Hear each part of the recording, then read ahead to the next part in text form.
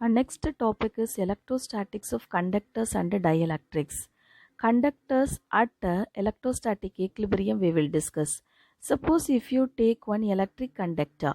In this electric conductor there are more number of mobile charges are there. And suppose if you consider any metallic conductor, in this metallic conductor there are more number of free electrons are there. The free electrons are randomly move in all direction. There is no particular direction. In all direction they are moved. That's why there is no electric field. Then only there is no net current is produced, and this is known as the electrostatic equilibrium. And next we will see some of the properties of electrostatic equilibrium. One after other we can see. The first property is the electric field is zero everywhere inside the conductor. This is true regardless of whether the conductor is solid or hollow. Suppose if you take one conductor, in this conductor inside E value 0, this conductor may be solid or hollow. Now we know that the electric field inside equal to 0. This is explained by means of two ways. Suppose if you take the electric field is not equal to 0. If it is not equal to 0 means there is a force is experienced in each and every electrons. Therefore the free electrons move in particular direction and net current will be. Therefore if net current is created means this condition electric field not equal to 0 is not possible. So we should only known as the E should be equal to 0. And next, second property, there is no net charge inside the conductor. The charge must reside only on the surface of the conductors. Let us discuss. Here there is one arbitrary surface. Inside there is a Gaussian surface is there. The total electric flux phi E is equal to closed integral of E vector into dA vector equal to Q enclosed by epsilon naught. Here the inside of the value electric field value is 0. Therefore the total electric flux also 0. Therefore 0 equal to Q enclosed by epsilon naught. After cross multiplication Q enclosed equal to 0. So this is the second property. There is no net charge inside the conductor. Next, third property. The electric field outside the conductor is perpendicular to the surface of the conductor and it has a magnitude sigma by E, where sigma is known as the charge density at that point. Let us see. Suppose this is one conductor. Inside electric field equal to 0. Outside we can take the uniform electric field. In this uniform electric field, few lines which is directly touch on the surface of the conductor. Therefore, the angle here, the angle is created at 90 degree. But the rest of the lines you can see that the lines are straight away it is coming, and afterwards a slight slanting line is created. Then it is touch on the surface. So here there is no 90 degree. That's why we say the electric field outside the conductor is perpendicular to the surface of the conductor.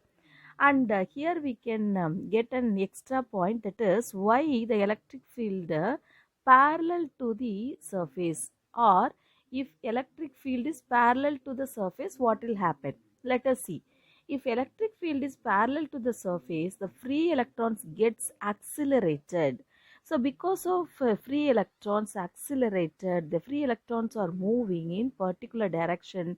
Therefore, net current is created and no electrostatic equilibrium. So, the electric field cannot be parallel to the surface and E should be always perpendicular to the surface. So, from this explanation, we can understand that why the electric field is not parallel and why E should be perpendicular. So this is the explanation, we can get it. And in this Gaussian surface, there is an imaginary line of electric field. We can draw it here. It may be a cylindrical shape. It is projected inside also. And we know that inside E value is 0. The Gaussian surface when we consider this is a Gaussian surface, means as usual the total electric flux phi E is equal to closed integral of E vector dA vector equal to Q enclosed divided by epsilon naught. And here this total surface, total flux we have to calculate by means of four areas, that is top side, curved side, and inside of the curved side, and then bottom side. So the outside which is projected here, only the electric field and the normal vector, they are in perpendicular direction, that's why the theta value is 0. So that EDA value, when you write it cos theta, the cos theta value when we consider as 0 here, so that this is write it as EDA, and rest of the part and all the theta value is 90, so cos 90 equal to 0. Therefore EA equal to sigma A by epsilon naught, AA cancel, E equal to sigma by epsilon naught. In vector form we can write it E vector equal to sigma by epsilon naught into n cap. And next, fourth point is the electrostatic potential has the same value on the surface and inside of the conductor. Suppose if you take, there is one conductor, in this conductor there is no parallel component. So there is no parallel component means the charge move from one point to another point without any work, because the potential each and every point must be same. So if it is same potential means this is known as the equipotential surface. Therefore E equal to 0 inside of the conductor, and the potential difference V is also same value. Now in this class we will discuss about electrostatic shielding. Here we can take one charged spherical shell, solid conductor, and then hollow conductor. For these three conductors, the electric field inside equal to 0, but outside there is electric field is there. And in this hollow conductor, inside there is a portion that is known as cavity. And any sensitive electrical instruments we can protect inside of the cavity. This is known as the electrostatic shielding. And for this instrument we can use for electrostatic shielding is known as Faraday's cage. In this Faraday's cage, inside there is a cavity is there. So any person sitting inside of the cavity, during flash time, the charges which is a flow on the surface of the body, it does not affect the person, those who are sitting inside, because electric field is 0 at the center. So this is known as the electrostatic shielding. During lightning accompanied by the thunderstorm, it is always safer to sit inside the bus than in open ground or under a tree. And next topic is electrostatic induction. Charging without actual contact is known as electrostatic induction. Suppose if you take one metal sphere, the metal sphere is at the beginning time it is neutral, that is positive and negative charges are present equally, and this is resting on the insulating stand. Now we can take one negatively charged glass rod. This is brought near to the sphere. Immediately all the positive charge which is coincide at one side and negative charges in opposite side. Here the negative charge we can earthen. So all the negative charges goes to the earth. Now the sphere is having only positive charge, but a positive charge which is combined in one position. Now we can take it away the glass rod, and immediately all the positive charge which is uniformly distributed on all the surface of the sphere. Now the sphere is only positive charge. So without connect anything or without charging, the sphere is charged positively. So this is known as the electrostatic induction. And next topic is dielectrics or insulators. A dielectric is a non-conducting material and has no free electrons. For example, ebonite, glass and mica. When an external field is applied, the electrons are not free to move anywhere, but they are realigned in a specific way. A dielectric is made up of either polar molecules or nonpolar molecules. Let us discuss about nonpolar molecules. A nonpolar molecule is one in which the center of positive and negative charges coincide. As a result, it has no permanent dipole moment. Example, hydrogen, oxygen, carbon dioxide, etc. Here, when an external electric field is applied, the center of positive and negative charges are separated by a small distance, which induces the dipole moment in the direction of the external electric field. Then the dielectric is said to be polarized by an external electric field. And next, polar molecules.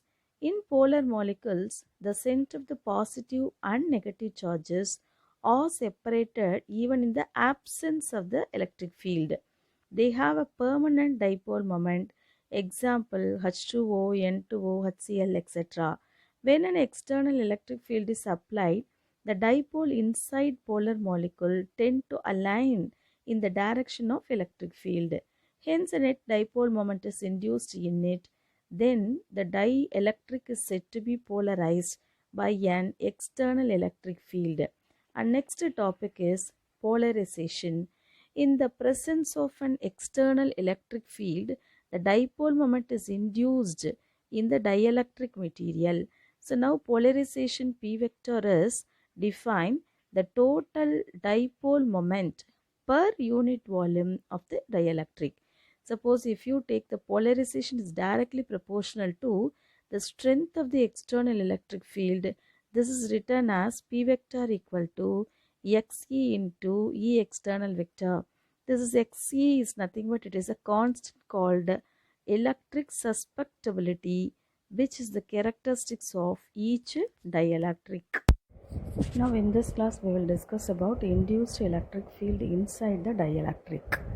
When an external electric field is applied on a conductor, the charges are aligned in such a way that an internal electric field is created which cancels the external electric field.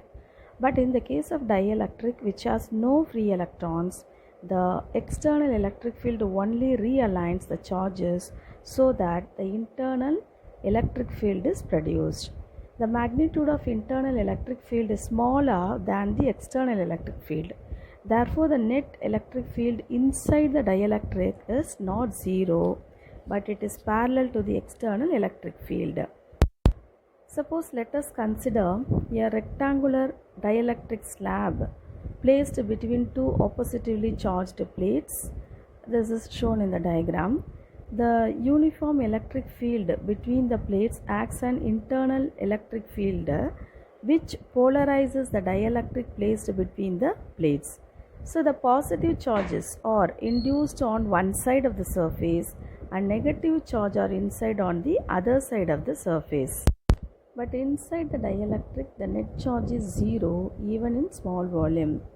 And the dielectrics in the internal electric field is equivalent to two oppositively charged sheets with the surfaces, their densities plus sigma b and minus sigma b, and these charges are called bound charges. So they are not free to move like free electrons in the conductors. And next topic is dielectric strength. When the external electric field applied to a dielectric is very large, it tears the atoms apart so that the bound charges become free charges. Then the dielectric starts to conduct electricity. This is known as the dielectric breakdown.